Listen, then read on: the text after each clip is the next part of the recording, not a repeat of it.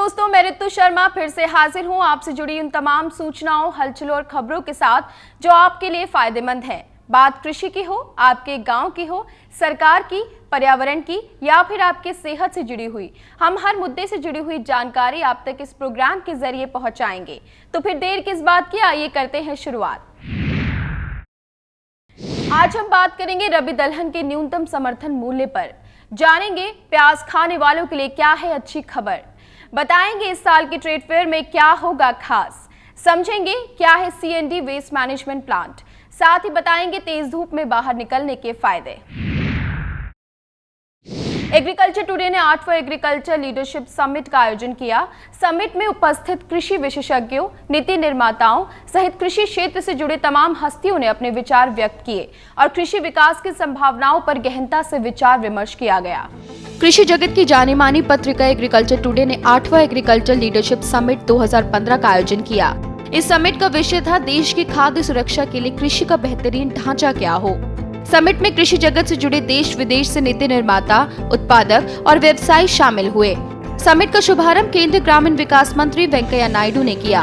उन्होंने समिट के मंच से सरकार की प्राथमिकताएं बताई, जिससे कृषि में स्थायी और सतत विकास हो सके। We'll be focusing more on rural infrastructure, roads, assured power, irrigation, more money for irrigation, and also rural godowns, cold storage facilities, and also income insurance, adequate affordable credit for the rural agriculture.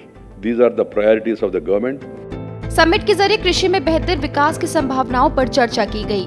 साथ ही अलग अलग क्षेत्रों के विशेषज्ञों ने अपनी बात रखी और उपस्थित लोगों के सवालों के जवाब दिए। हरित क्रांति के जनक डॉक्टर एम.एस. स्वामीनाथन ने बदलते समय के साथ कृषि में बदलाव की जरूरत पर बल दिया, जिससे सभी के लिए पौष्टिक और पर्याप्त खाद्य उत्पादन हो सके। इसी विषय को लेकर उनकी किताब हंगर फ्री इंडिया का विमोचन भी किया गया। Water farming is going to become very important in the coming years because 97% of the world's water is sea water, and we have to learn, and we have our own lessons from Kerala and so on, how we can use the sea water more profitably. So we are happy that a country which has shown the way how to increase the income of small farmers through post-harvest technology, high value flowers, whether tulips and so on, and also the mushroom production of various kinds, the power of cooperatives which Sardar Patel in this country initiated. सुबह से लेकर देर रात तक चलने वाली summit में सैकड़ों की संख्या में कृषि क्षेत्र से जुड़े महत्वपूर्ण विशेषज्ञों ने हिस्सा लिया और मंच के माध्यम से अपने विचार प्रकट किए, जिससे कृषि क्षेत्र का विकास हो सके। हरियाणा, छत्तीसगढ़ के कृषि मंत्री ने अपने राज्यों में उपलब्ध बेहतर संभावनाओं की तरफ उपस्थित लोगों का ध्यान आकर्षित किया। हमको बाजार में वो लीडर चाहिए जो किसानों को साथ लेकर चल सके। जब चीनी मिलों के लोग मुझे मिलने के लिए आते हैं, गन्ना बोर्ड की मीटिंग होती है, तो मैं उनको यही कहता हूं कि तुम्हारा ये गन्ने का किसान तुम्हारी आखिरी इकाई है। इसके व्यवसाय को सस्टेनेबल बनाए रखना, वायबल बनाए रखना चीनी मिल की जिम्मेवारी है। अगर धान का एक्सपोर्टर मेरे धान के किसान के धंधे को अगर वायबल बना के नहीं रख सकता तो वो उस क्षेत्र का लीडर नहीं है। मैं खोज रहा हूँ लीडर कौन है जो खेती के व्यवसायों से आगे व्यवसाय कर रहे हैं, उसकी प्रोसेसिंग कर रहे हैं, उसकी मार्केटिंग कर रहे हैं, तो जो अंतिम कड़ी है उसके व्यवसाय को उस प्रकार का बनाए रखना उस व्यवसाय के नेताओं की, उस लीडर्स की जिम्मेवारी है। अगर वो उस स्पिरिट के साथ काम करते हैं तो मैं कहूँगा कि वो एग्री लीडर्स का सम्मेलन है, समिट है। केवल उसको इनपुट बेचकर और निकल जाने वाले वो एग्री लीडर्स नहीं हो सकते हैं। We have the honor of having very distinguished gathering today. I want to name some people, but when I look around, I see that who to leave not naming, so I'll have to name almost 100 plus people if I start naming. Each one of them seems to be is an institution in himself or herself. Agriculture today द्वारा www.icfa नामक एक website तैयार की गई। इस website से देश के जाने माने कृषि विशेषज्ञ जुड़े हैं। इस वेबसाइट का शुभारंभ समिट के मुख्य अतिथि गृह मंत्री राजनाथ सिंह के द्वारा किया गया। वेबसाइट के जरिए देश के कृषि क्षेत्र को व्यापक फायदा मिलेगा। आप सबको देखने के बाद और आप सबके कंट्रीब्यूशन को जानने और समझने के बाद मैं कह सकता हूं कि भारत में कृषि को, एग्रीकल्चर को एक प्रॉफिटेबल प्रोफेशन बनाया जा सकता है। मेरा विश्वास ये पक्का हुआ है। पूरा का पूरा देश दूध और दाल के अंदर ये नंबर 1 पर है, वेजिटेबल्स के अंदर ये नंबर 2 पर है, और कृषि उत्पादन की दृष्टि से पूरे विश्व में भारतवर्ष नंबर 3 पर है। ये बस एक बात में हम लोग जरूर पिछड़ रहे हैं, जिसकी तरफ सबका ध्यान मैं आकर्षित करना चाहूंगा कि फूड प्रोसेसिंग के अंदर विश्व के अन्य देश 40% पर गए हैं, लेकिन भारतवर्ष अभी सिर्फ 2% पर है, और इसलिए फूड प्रोसेसिंग को बढ़ाने की जरूरत है। 8वें एग्रीकल्चर लीडरशिप समिट का समापन हरियाणा और पंजाब के राज्यपाल के.एस. सोलंकी की उपस्थिति में केंद्रीय गृह मंत्री राजनाथ सिंह ने किया और कृषि क्षेत्र में महत्वपूर्ण योगदान के लिए कृषि विशेषज्ञों, कंपनियों, राज्यों सहित अनेक संस्थाओं को अवार्ड दिए। देश में दलहन की खेती को बढ़ावा देने के लिए केंद्र सरकार ने जिस तरह से खरीफ दलहन के न्यूनतम समर्थन मूल्य में बढ़ोतरी की है, उसी तरह रबी दलहन के न्यूनतम समर्थन मूल्य को भी बढ़ाए जाने की उम्मीद है। अगले महीने रबी फसलों के लिए न्यूनतम समर्थन मूल्य की घोषणा होनी है और ऐसा अनुमान लगाया जा रहा है कि खरीफ दलहन की तरह सरकार रबी दलहन पर भी बोनस की घोषणा कर सकती है। साथ में न्यूनतम समर्थन मूल्य में बढ़ोतरी भी की जा सकती है। फिलहाल चने का न्यूनतम समर्थन मूल्य 3,175 रूपए और मसूर का न्यूनतम समर्थन मूल्य 3,075 रूपए प्रति क्विंटल है। ऐसा अनुमान लगाया जा रहा है कि चने का न्यूनतम समर्थन मूल्य बढ़कर 3,300 रूपए और मसूर का 3,200 रूपए प्रति क्विंटल हो सकता है। चावल का अधिक उत्पादन करने वाला राज्य आंध्र प्रदेश में इस साल लगभग 30% अधिक चावल उत्पादन बढ़ने की संभावना जताई जा रही है। आंध्र प्रदेश कृषि विभाग के पहले एडवांस अनुमान के मुताबिक इस साल राज्य में चावल का उत्पादन 65.94 लाख टन तक पहुंच सकता है। दक्षिण भारत में अहम चावल उत्पादक राज्य और सरकारी स्टॉक में पंजाब के बाद ज्यादा चावल देने वाले राज्य आंध्र प्रदेश में इस साल चावल का उत्पादन करीब 30% बढ़ने का अनुमान लगाया गया है। आंध्र प्रदेश कृषि विभाग के पहले एडवांस अनुमान के मुताबिक इस साल राज्य में चावल का उत्पादन 65.94 लाख टन तक पहुंच सकता है। राज्य में पिछले साल करीब 50.97 लाख टन चावल का उत्पादन हुआ था। आंध्र प्रदेश में धान की रोपाई का समय अक्टूबर तक चलता है और राज्य में अब तक करीब 12.94 लाख हेक्टेयर में धान की रोपाई हो चुकी है। हाल के दिनों में आंध्र प्रदेश में हुई भारी बरसात की वजह से राज्य में धान की रोपाई ने फिर से तेजी पकड़ी है, जिस वजह से सीजन के अंत तक रकबा करीब 15 लाख हेक्टेयर तक पहुंचने की उम्मीद है। बरसात की वजह से उत्पादन भी ज्यादा होने की उम्मीद जताई जा रही है। प्याज खाने के शौकीन लोगों के लिए एक खबर अच्छी है। जल्दी रसोई घरों से दूर हो गए प्याज फिर से दस्तक देने वाले हैं। दिल्ली सरकार ने अफगानिस्तान से भारी मात्रा में प्याज का आयात किया है। अफगानिस्तान से हो रही प्याज की भारी सप्लाई ने तेज कीमतों को फिर से कम कर दिया है।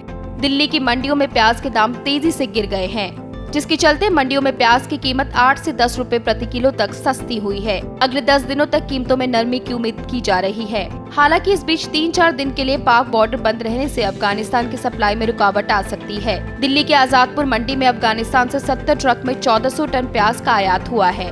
फिलहाल प्याज का थोक दाम 53 से 54 के अधिकतम रेंज से घटकर 44 से 45 रुपए प्रति किलो तक आ गए हैं। कपास उत्पादक राज्य आंध्र प्रदेश में इस साल कपास के उत्पादन में भारी गिरावट की आशंका जताई जा रही है।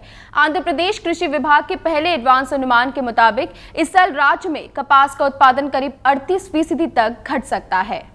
आंध्र प्रदेश में जहां धान का उत्पादन 30% बढ़ने वाला है, वहीं पहले एडवांस अनुमान के मुताबिक राज्य में इस साल सिर्फ 16.90 लाख गांठ उत्पादन होने का अनुमान है। पिछले साल राज्य में कपास का उत्पादन 27.35 लाख गांठ हुआ था।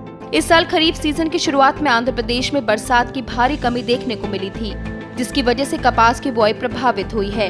इस साल 23 सितंबर तक राज्य में 6.12 लाख हेक्टेयर में कपास की खेती लग पाई है, जबकि पिछले साल इस दौरान 7.51 लाख हेक्टेयर में कपास की फसल लगाई गई थी। इस साल रकबा घटने के साथ कपास की उत्पादकता पर भी असर पड़ा है। क्या है सीएनडी वेस्ट मैनेजमेंट प्लांट, बताएंगे इस छोटे से ब्रेक के बाद। अगर गंगा को साफ सुथरा बनाना चाहते हैं तो सबसे पहले गिर रहे गंदे नालों के पानी को गंगा में डालने से रोकना होगा। माना जा रहा है कि गंगा को जितना गंदा उसके श्रद्धालु करते हैं, उससे कहीं ज्यादा नदी में गिरने वाले सीवेज कर रहे हैं। ब्रेक के बाद आप सभी का स्वागत है देश डायरी में। हरियाणा के मुख्यमंत्री जल्दी यहां के लोगों को एक तोहफा देने वाले हैं।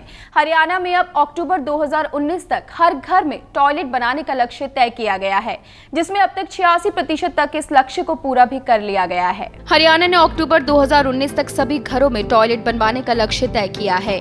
हरियाणा के मुख्यमंत्री मनोहर लाल खट्टर ने नई दिल्ली में स्वच्छ भारत अभियान पर आयोजित मुख्यमंत्रियों के उप समूह की बैठक में इस बात की जानकारी देते हुए बताया कि हरियाणा में अब तक लगभग 96% तक इस लक्ष्य को हासिल किया जा चुका है।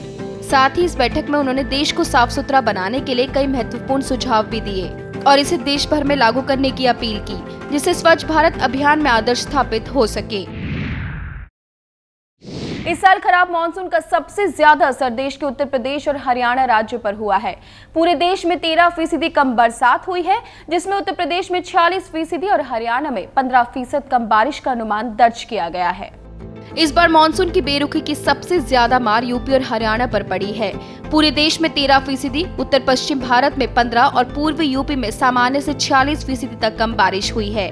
दिल्ली में सितंबर न सिर्फ गर्म बल्कि बेहद गर्म रहा है। हरियाणा ही नहीं बल्कि चंडीगढ़ को भी इस बार मानसून की मार सहनी पड़ रही है। यहाँ बारिश सामान्य से 35% कम रही। इसके उलट राजस्थान में सामान्य से 48%, तो जम्मू कश्मीर में 18% अधिक बारिश दर्ज की गई है। उत्तराखंड में 27%, तो हिमाचल प्रदेश में 21% कम बारिश मानसून सीजन में रही। मौसम वैज्ञानिकों का कहना है कि मानसून की समाप्ति से बारिश बेशक नहीं होगी, लेकिन तापमान में धीरे धीरे गिरावट आने का अनुमान है। मेट्रो में सफर करने वाले लोगों की 2 फायदे होते हैं, पैसों की बचत के साथ ही समय की बचत। लेकिन इसके साथ ही हम आपको बता दें कि पब्लिक ट्रांसपोर्ट मेट्रो में ऊर्जा की सबसे कम खपत होती है। क्या है पूरी खबर, आइए बताते हैं आपको। क्लाइमेट चेंज को लेकर DMRC की ओर से आयोजित एक वर्कशॉप में यह बात सामने आई है कि मेट्रो में सबसे कम ऊर्जा की खपत होती है। पब्लिक ट्रांसपोर्ट सिस्टम में जहां बस में 3 यूनिट बिजली, 2 पहिया वाहन में 5 यूनिट, एयर कंडीशन बस में 6 यूनिट ऊर्जा की खपत होती है, तो वहीं मेट्रो में सिर्फ 1 यूनिट ऊर्जा की ही जरूरत पड़ती है। विशेषज्ञों ने रिसर्च में सामने आए आंकड़ों के हवाले से बताया है कि सबसे ज्यादा ऊर्जा की खपत डीजल से चलने वाली कार में 22 यूनिट और पेट्रोल से चलने वाली कार में 21 यूनिट तक की ऊर्जा की खपत होती है।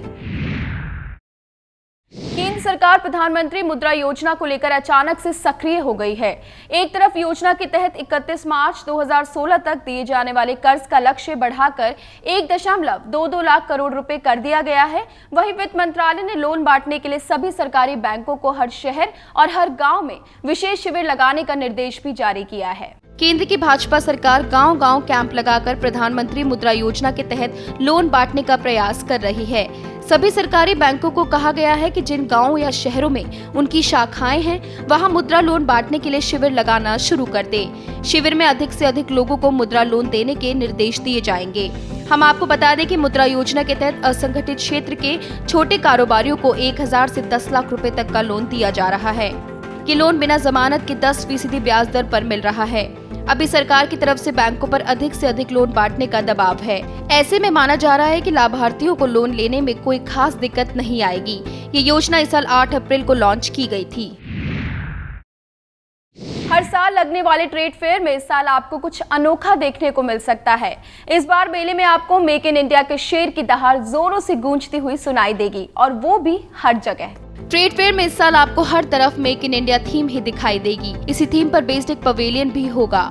इसमें दुनिया भर से आ रहे बिजनेस विजिटर्स और फॉरेन डेलीगेशन से ये अपील की जाएगी कि वो उत्पाद को भारत में बनाएं। इंडियन ट्रेड प्रमोशन ऑर्गेनाइजेशन के जनरल मैनेजर ने बताया कि इस साल सभी राज्य के पवेलियन में मेक इन इंडिया की झलक दिखाई देगी। इसमें हर राज्य में बताया जाएगा कि उनके पास ऐसे नेचुरल रिसोर्सेज और रॉ मटेरियल मौजूद हैं, जिससे विदेशी बिजनेस करने वाले लोग उनका इस्तेमाल करके भारत में बिजनेस स्थापित कर सकते हैं। इस ट्रेड फेयर में 25 देशों के साथ 1000 से ज्यादा देश की कंपनियां हिस्सा लेंगी।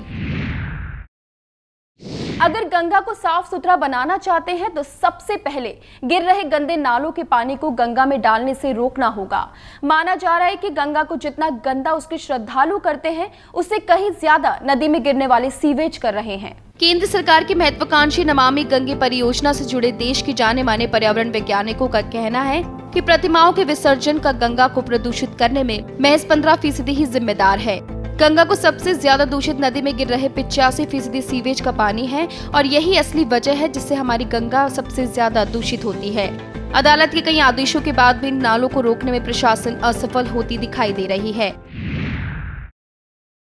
कंस्ट्रक्शन की वजह से पर्यावरण पर पड़ने वाले असर को देखते हुए दिल्ली सरकार ने कंस्ट्रक्शन वर्क से जुड़े सरकार के सभी विभागों और एजेंसियों को नए प्रोजेक्ट के तहत CND वेस्ट मैनेजमेंट प्लांट लगाने का प्रावधान करने का निर्देश दिया है। कंस्ट्रक्शन की वजह से पर्यावरण पर पड़ने वाले असर को कम करने के लिए खासतौर पर रिज एरिया, यमुना के किनारे की ओर सड़क पर कंस्ट्रक्शन वेस्ट की डंपिंग को रोकने के लिए दिल्ली सरकार ने कंस्ट्रक्शन वर्क से जुड़े सरकार के सभी विभागों और एजेंसियों को नए प्रोजेक्ट के तहत कंस्ट्रक्शन और डिमोलिशन वेस्ट की रिसाइकलिंग और प्रोसेसिंग के लिए CND मैनेजमेंट प्लांट लगाने का निर्देश दिया है। दिल्ली सरकार के प्रवक्ता ने कहा है कि नेशनल ग्रीन ट्रिब्यूनल के जनवरी 2013 के निर्देश पर अमल करते हुए दिल्ली सरकार ने ये प्रावधान करने का फैसला किया है। इसके जरिए बड़े प्रोजेक्टों के निर्माण कार्य के दौरान जनरेट होने वाले मलबे का सही तरीके से इस्तेमाल हो सकेगा और पर्यावरण के साथ ही आम लोगों को किसी तरह की परेशानी नहीं होगी। तेज धूप में निकलने से अगर आप कतराते हैं तो अब आप तेज धूप में निकलना शुरू कर दीजिए। क्या है पूरी खबर, बताएंगे इस छोटे से ब्रेक के बाद। ट्रेन में यात्रा करने वाले यात्रियों के लिए एक जरूरी सूचना जारी की गई है। रेलवे 1 अक्टूबर से ट्रेनों के आने जाने के समय में बदलाव लाने वाली है।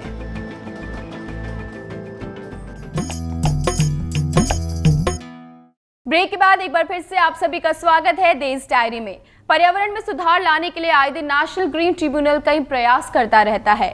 अब इस ओर एनजीटी ने एक और महत्वपूर्ण कदम उठाया है। क्या है पूरी खबर, आइए आपको बताते हैं। नेशनल ग्रीन ट्रिब्यूनल एनजीटी ने केंद्रीय पर्यावरण मंत्रालय को ये आदेश दिए हैं कि वे नदी के किनारे होने वाले खनन के लिए हर साल 1 सितंबर तक किसी को भी मंजूरी न दे।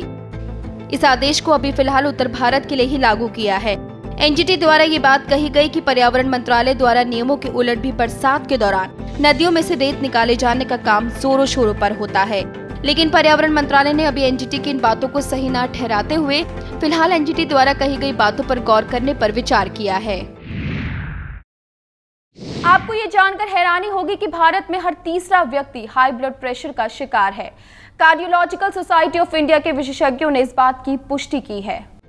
हाई ब्लड प्रेशर को लेकर लोग हमेशा परेशान रहते हैं। आज की भागती दौड़ती जिंदगी में छोटे बच्चे से लेकर बड़े बूढ़ों में ये बीमारी आम है। हम आपको बता दें कि भारतीय लोगों पर किए गए एक शोध में इस बात का खुलासा हुआ है कि हर 3 में से एक भारतीय हाई ब्लड प्रेशर का शिकार है। Cardiological society of India CSI ने इस बात का खुलासा करते हुए कहा है कि पूरी आबादी में से लगभग 60% लोगों को ये पता ही नहीं होता कि उनको ये बीमारी हो सकती है। विशेषज्ञों की माने तो इस गंभीर समस्या के प्रति लोगों में जागरूकता की कमी है और ये कमी आने वाले भविष्य में दिल की बीमारियों में खतरनाक वृद्धि का कारण बन सकती है।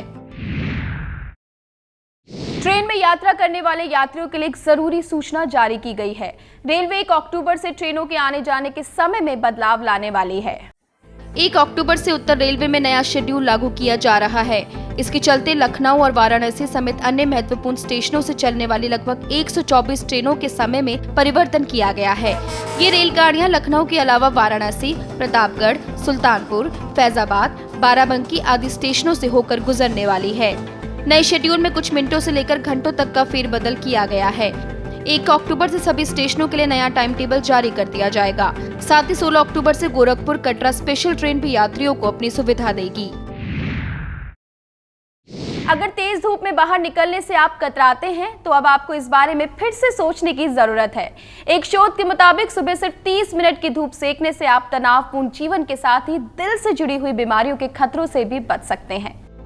धूप की भरपूर मात्रा होने के बावजूद 80 से 90% भारतीय विटामिन डी की कमी से होने वाली बीमारियों से पीड़ित हैं। खासकर दिल संबंधी बीमारियों का खतरा ज्यादा रहता है।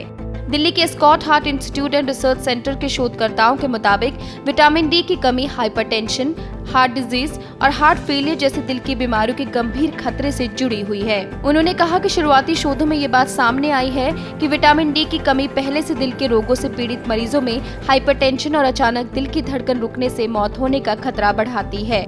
भारतीयों में विटामिन डी की अत्यधिक कमी के कारणों में धूप से कतराना, घंटों बंद और तनावपूर्ण दफ्तरों में काम करना, साइकिल या पैदल चलने के बजाय वाहनों पर निर्भर रहना, खेलकूद में भाग लेने की बजाय तकनीक का सहारा लेना और इस बारे में अधिक जानकारी न होने जैसी बातें शामिल है। गंगा में बढ़ता प्रदूषण कैंसर का कारण बन रहा है। गंगा नदी की तराई वाले इलाकों में लोगों का पाचन तंत्र खराब हो रहा है। वहां के लोग पेट संबंधी कई गंभीर बीमारियों की चपेट में आ रहे हैं। राजधानी में देश भर से आए विशेषज्ञों ने लीवर पित्ताशय संबंधी बढ़ रही बीमारियों पर चिंता जाहिर की है। वर्तमान में पाचन तंत्र से जुड़े कैंसर का तेजी से इजाफा हो रहा है। इसमें सबसे ज्यादा पेट, पित्ताशय जैसे अंगों को खतरा है। कैंसर के कुल मरीजों में 40% मामले आहार नली, 15 से 20% पित्ताशय के कैंसर के होते हैं। वहीं पित्ताशय के कैंसर का सबसे ज्यादा खतरा गंगा किनारों पर रहने वाले लोगों में पाया गया है। इसका प्रमुख कारण गंगा में प्रदूषण के चलते दूषित हुआ भूगर्भ जल और अनाज सब्जी उत्पादन में कीटनाशक दवाओं का अधिक इस्तेमाल करना है।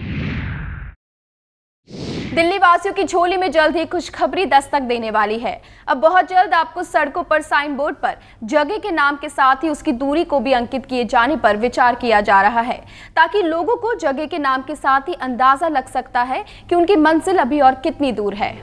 सार्वजनिक परिवहन व्यवस्था को बढ़ावा देने के लिए सरकार ने दिल्ली वासियों के लिए एक नई पहल की है। अब परिवहन विभाग साइन बोर्ड पर जगह के नाम के साथ ही उसकी दूरी अंकित करने पर भी विचार कर रहा है। दिल्ली की प्रमुख सड़कों के साथ ही अन्य स्थानों पर लोक निर्माण विभाग और अन्य सरकारी एजेंसियों द्वारा लगाए गए साइन बोर्ड पर ये काम किया जाएगा। ऐसा इसलिए भी किया जाएगा कि संबंधित इलाके की दूरी का ध्यान रखते हुए लोग वहां तक जाने के लिए सार्वजनिक परिवहन सेवा का इस्तेमाल कर सके। ऐसा करने से सार्वजनिक वाहनों को बढ़ावा मिलेगा और साथ ही बाहर से दिल्ली घूमने आए पर्यटकों को भी इसका फायदा होगा। बीमारी से दूर रहने के लिए साफ सफाई बेहद जरूरी होती है, पर आपको ये जानकर हैरानी होगी कि घरों में रोजमर्रा में इस्तेमाल हो रहे बर्तनों से भी सेहत को नुकसान पहुंचता है। खाना पकाने के लिए नॉनस्टिक से लेकर स्टील के बर्तनों से भी सेहत पर खासा असर पड़ता है। लोग अपने घरों में साफ सफाई का पूरा ख्याल रखते हैं ताकि वो अपनी सेहत का पूरा ख्याल रख सके। घर की साफ सफाई के साथ ही लोग खाना बनाने के लिए इस्तेमाल किए जाने वाले बर्तनों को भी अच्छे से साफ करते हैं। लेकिन क्या आप जानते हैं कि यही बर्तन आपकी बीमारी की वजह बन सकते हैं? एक शोध के मुताबिक खाना पकाने वाले बर्तनों को सेहत के लिए काफी नुकसानदेह बताया गया है, जिनमें नॉनस्टिक बर्तन भी शामिल है। हम आपको बता दें कि हेल्थी एंड फिट रहने के लिए लोग सबसे ज्यादा नॉनस्टिक के बर्तनों का इस्तेमाल करते हैं, लेकिन इनमें ज्यादा देर तक खाना पकाने से पैलेटिट्राफ्लोरोएथिलीन नाम का केमिकल इन बर्तनों से निकलता है, जो दमा के मरीजों के लिए ज्यादा घातक हो सकता है। शोधकर्ताओं के मुताबिक इन बर्तनों पर बहुत तेज आंच में खाना पकाने से मौजूदा केमिकल रिएक्ट करते हैं, जो मानव शरीर के लिए काफी हानिकारक हो सकते हैं। तो दोस्तों, आज की देश डायरी में बस इतना ही। हम फिर मिलेंगे कुछ नई जानकारी और सूचनाओं के साथ। तब तक के लिए मुझे दीजिए इजाजत और देखते रहिए ग्रीन टीवी। नमस्ते। अगर आपके गांव की कोई समस्या हो, कोई जानकारी हो जो आप हमारे साथ साझा करना चाहते हैं, तो आपका स्वागत है। हमारा पता है green TV B131 sector 63 Noida Uttar Pradesh, pin 201301। हमारा ईमेल आईडी है info@greentvindia.com। आप हमें फोन भी कर सकते हैं। हमारा नंबर है 012049800000, साथ ही 0011।